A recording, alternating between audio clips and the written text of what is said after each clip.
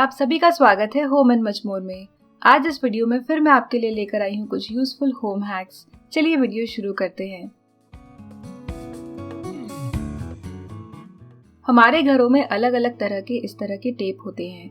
अगर आपको आदत नहीं है हर यूज के बाद टेप के एंड को फोल्ड करने की, तो आपको नेक्स्ट टाइम उसका एंड ढूंढने में दिक्कत आ सकती है। कभी कभार टेप का एंड जल्दी मिल जाता है, लेकिन कभी कभी हम बहुत ढूंढते हैं और वो मिलता नहीं है। अगर ऐसा आपके साथ हो गया है तो कोई भी एक पेंसिल ले ले। ऐसी पेंसिल ले जो ज्यादा डार्क चलती हो और इस तरह से आप टेप पर रब करें। जहाँ पर भी टेप का एंड है वहाँ पर आपको पेंसिल का ग्रेफाइट थोड़ा सा अटका हुआ नजर आएगा। पूरा अगर आप रब करेंगे तो एक लाइन सी भी बन जाएगी। इसके बाद आप इजीली इसे निकाल सकते हैं। वैसे तो मैं रेकमेंड करूंगी कि आप टेप का एक एंड थोड़ा सा फोल्ड करके रखें ताकि वो नेक्स्ट टाइम आसानी से मिल जाए। घर की चाबी या फिर गाड़ी की चाबी, बच्चों की साइकिल की चाबी, इनमें होती है की चेन। मतलब हम की चेन लगाते हैं कीज पर। की चेन की रिंग को ओपन करने में थोड़ी दिक्कत आती है और उसमें आसानी से चाबी नहीं जा पाती है। नाखून में कभी कभी लग जाती है और नाखून बड़े ना हो तो और भी प्रॉब्लम हो सकती है। इस प्रॉब्लम के लिए आप एक सिंपल सा सोल्यूशन फॉलो कर सकते हैं ताकि जो की चेन है उसमें की आसानी से चली जाए। इसके लिए आप फॉइल बलून फुलाने वाला स्ट्रॉ ले सकते हैं या फिर किसी भी पेन की मोटी वाली रिफिल। और इस तरह से अगर आप स्ट्रॉ को की चेन की रिंग में लगाएंगे तो बचे हुए स्ट्रॉ में से आप आसानी से की ऐसे डाल पाएंगे। इस तरह से बहुत ही इजीली अपने फिंगर्स को बिना हर्ट किए आप की चेन में की डाल सकते हैं और निकाल भी सकते हैं सेम इसी तरह से। अब ये स्ट्रॉ काफी लंबी है और हर बार हम स्ट्रॉ या फिर कोई रिफिल तो ढूंढेंगे नहीं, इसलिए जहाँ पर भी आप चाबी टांगते हैं, जिस बॉक्स में आप चाबी रखते हैं, उसमें आप इस स्ट्रॉ का एक छोटा सा टुकड़ा कट करके रख सकते हैं। इस स्ट्रॉ से मल्टीपल छोटे पीसेस किए जा सकते हैं या फिर आप स्ट्रॉ को भी अपने रहने दे सकते हैं फॉइल बलून को फुलाने के लिए, और उसके एक हिस्से को आप की रिंग के लिए, की चेन के लिए यूज कर सकते हैं। घर में छोटी मोटी सिलाई के लिए, रिपेयरिंग के लिए या फिर सिलाई मशीन में सुई में धागा डालते समय ये दिक्कत आती है। धागा आगे से बहुत बिखरा बिखरा सा हो जाता है, जिस वजह से वो सुई में आसानी से जाता नहीं है। तो जो टिप मैं आज आपको बता रही हूँ, ये इस तरह से हाथ की सिलाई के लिए सुई के साथ साथ मशीन की सिलाई के लिए भी आप फॉलो कर सकते हैं। तो इसके लिए हमें चाहिए साबुन। साबुन हल्की सी गीली होनी चाहिए और साबुन थोड़ा सा अपने आप उंगलियों पर लगाएं और धागे को आगे से लगाकर रोल कर लें।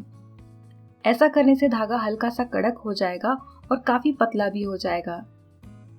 इसके बाद जो धागा है बहुत ही आसानी से हाथ वाली सुई में या फिर मशीन की सुई में चला जाता है। ये टिप मेरी मम्मी फॉलो करती है हमेशा से and it works. Fitted bedsheets आजकल बहुत कॉमन हो रही है और फिटेड बेडशीट्स बहुत अच्छे से बेड पर रहती भी है।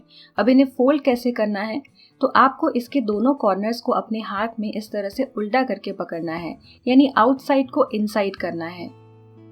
तो बॉक्सेस के जैसे कॉर्नर्स होते हैं 4, वैसे कॉर्नर्स हैं। जो 2 कॉर्नर्स मैंने फिलहाल अपने हाथ में पकड़े हुए हैं और जो बचे हुए 2 कॉर्नर्स हैं उनमें हमें ये पहले 2 कॉर्नर्स को ऐसे इंसर्ट करना है।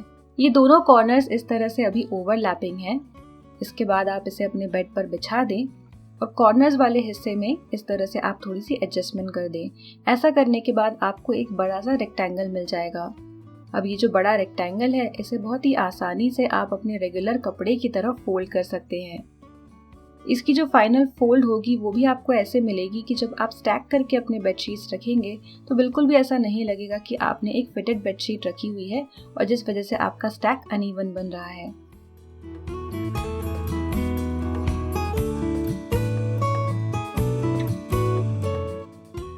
हम जहाँ जाए वहाँ हमारे पास मोबाइल फोन होता ही है, भले ही फिर वो वर्क स्टेशन क्यों ना हो।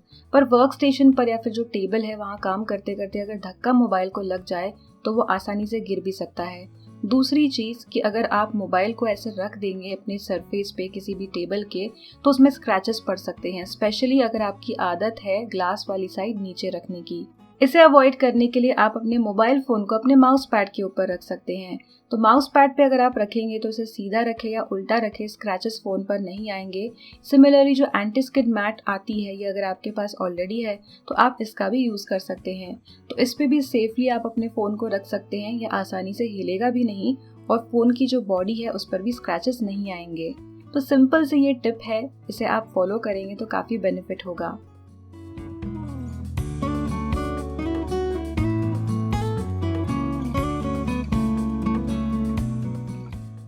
यहाँ मेरे पास है ये स्टिक ऑन हैंगर। इस तरह का हैंगर हम यूज करते हैं झाड़ू टांगने के लिए, लेकिन ये वाला जो है इसे मैं अलग तरह से यूज कर रही हूँ। तो इसे सबसे पहले मैं अपने बाथरूम की टाइल पर लगा रही हूँ। इसके साथ 2 साइड स्टिकिंग टेप आता है और इस टाइल के सरफेस को मैंने अच्छे से साफ कर लिया है। साफ करने की वजह से इस स्टिक ऑन हैंगर की पकड़ भी मजबूत रहेगी।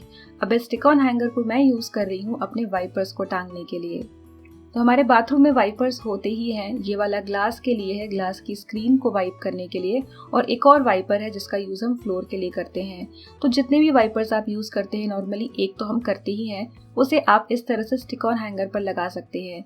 ये वाइपर्स यूज करने के लिए हैंडी भी रहेंगे and on the other hand floor पर ना होने की वजह से ये बार बार टकराएंगे नहीं या फिर गिरेंगे नहीं।